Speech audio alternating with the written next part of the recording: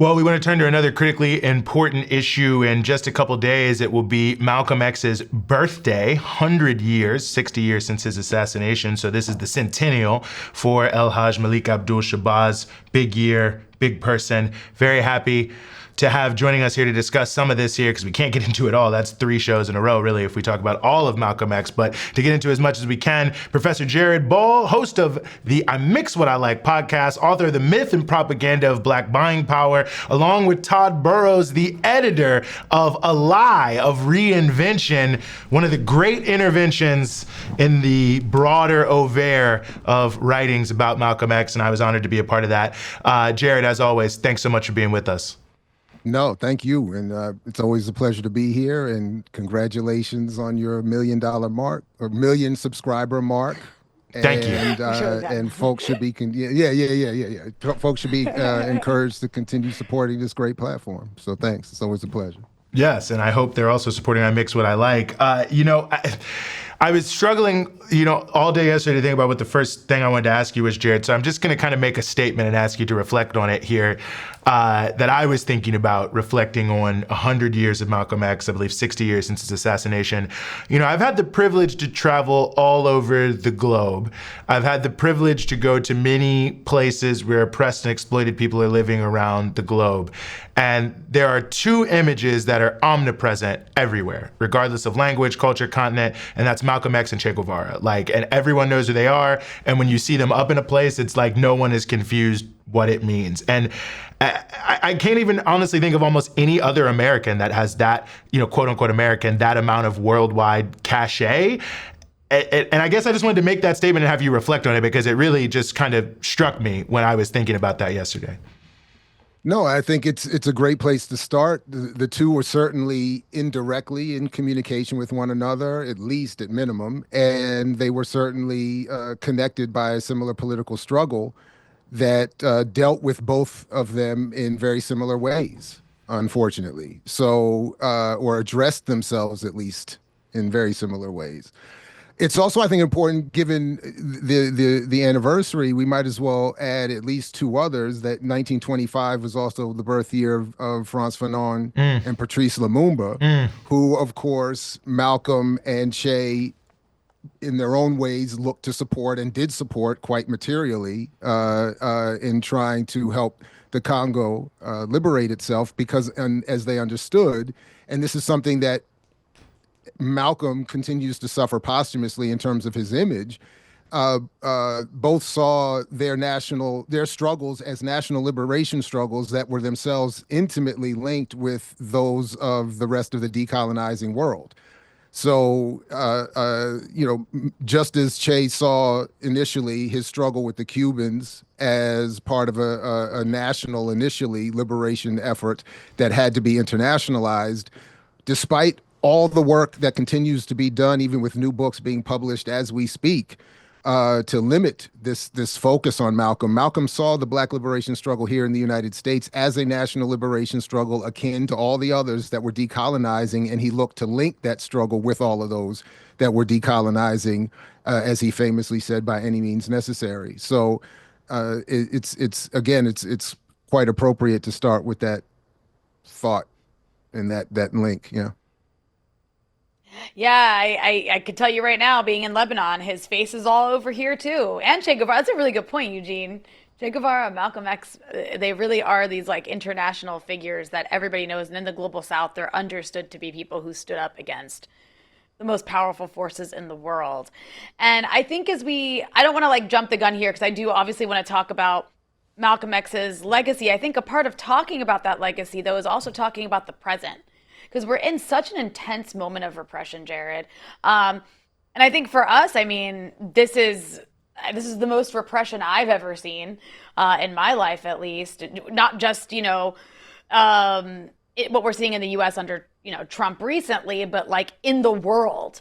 We're at a real inflection point, and what we've witnessed in Gaza is just so horrific, and the way the movement for the liberation of Palestine has been treated in the U.S. is really horrific. all the crackdowns, and this is a culmination of what we've been seeing for years and years and years with crackdowns on movements across the country, including with Black organizers. I mean, it wasn't that long ago we had one of the biggest uprisings again in my lifetime in the U.S. with the killing of George Floyd and what we saw happen across the country then, and what came after. So I guess that's a lot to just ask. What are the kind of urgent lessons that we should be taking from Malcolm X's political trajectory? What can that offer us, especially in the moment that we're in right now, as we see the state continue to try to co-opt or increasingly crush any radical resistance that exists? So, and part of that, which is again why I think where you both started is perfect, is the suppression of an image that is, I've been arguing, and others have, akin to what was said in another context. Malcolm is too big to fail as an image. The world had already been introduced well enough to his ideas. He made every effort in his life to link up with the rest of the world. I don't like to I rarely speculate in this way, but I think it's pretty clear, having just revisited over these last 12 weeks or so, Malcolm's life as part of this 100 Years of Malcolm X series that I've been doing at the behest of the living legend himself, Hiram Rivera. Looking at, if you look at his diaries, for instance, he would have loved to know that in today's world, he not for himself, but that his efforts to link up the struggles internationally were being recognized.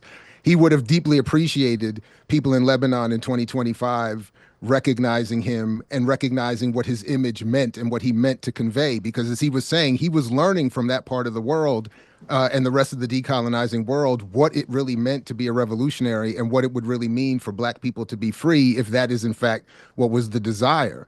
So it's been wildly important that every measure of propaganda and psychological warfare, counterinsurgency, however we want to describe it, neo-colonial reimposition of image and narrative, that Malcolm and others and the movement he and others represented be completely distorted, even as some say they are playing in our faces by giving us all of these symbolic, either indirect allusions to Malcolm or direct attempts to rebrand him in the form of scholarship, journalism, and filmmaking.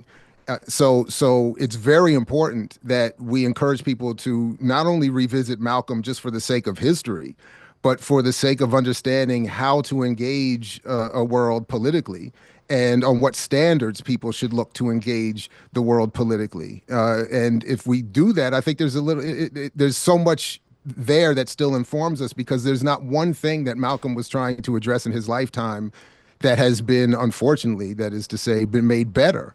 Everything he was working to struggle against has, at minimum, remained the same, if not worsened in some form or fashion.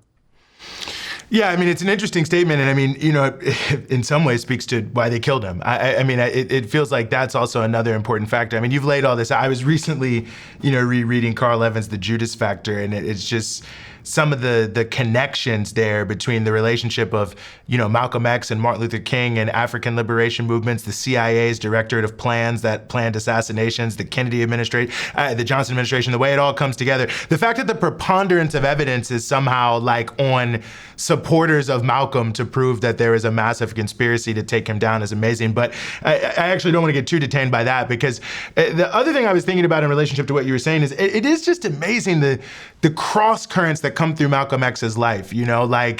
One, he was also a great fan and devotee of Paul Robeson, which is never really discussed.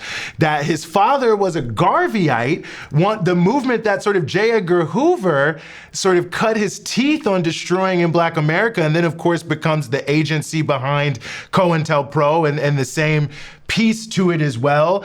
He's the sort of real organizer of the Nation of Islam taking off. But interestingly enough, you look at the Nation of Islam, we want the 6 southern states to secede, which looks interestingly close to the Black Belt thesis, which is maybe not surprising of a religion that came up in Detroit in the 1930s.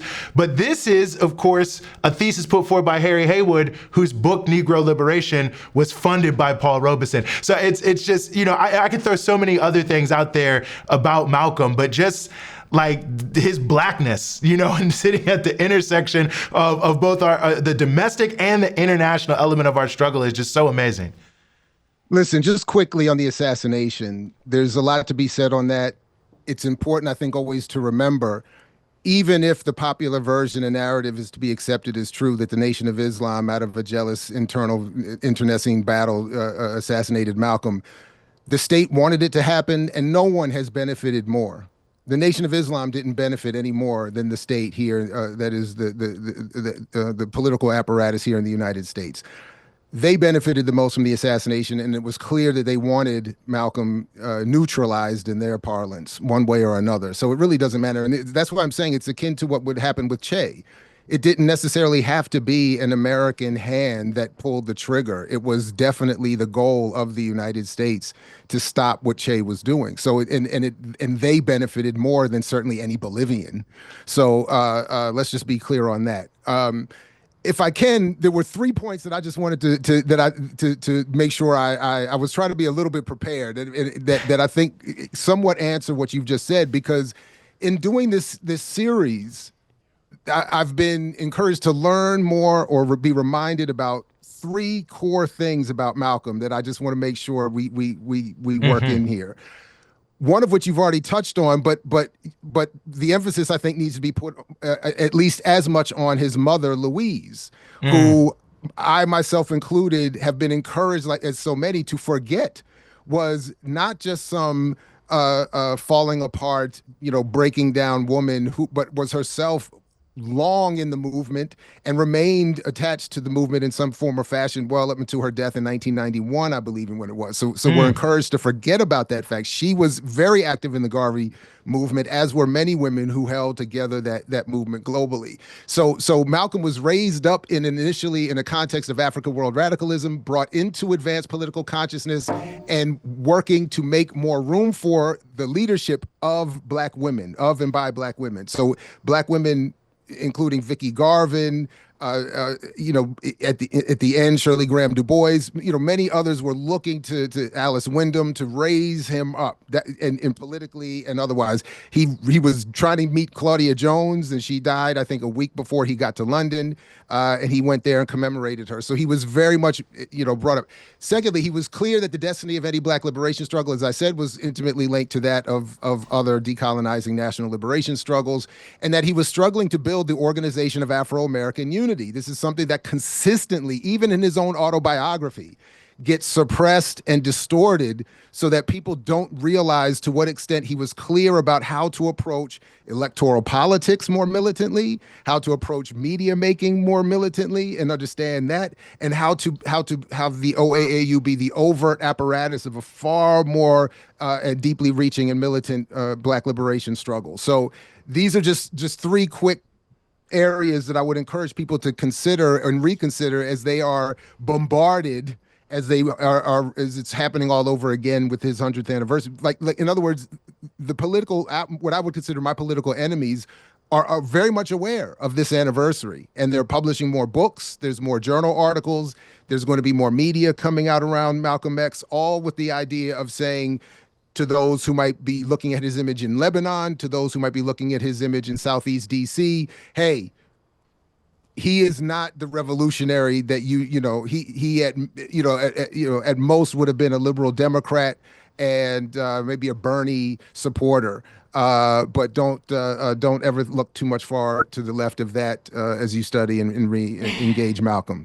I'm telling you, if I could just make one point on that, which is so key, and you've been so consistent on this, by the way, about the OAU point. I mean, we should do a whole show. Maybe we'll do it on I Mix What I Like. Maybe we'll talk about this on Saturdays with Renee on May 31st, where I'll be the guest.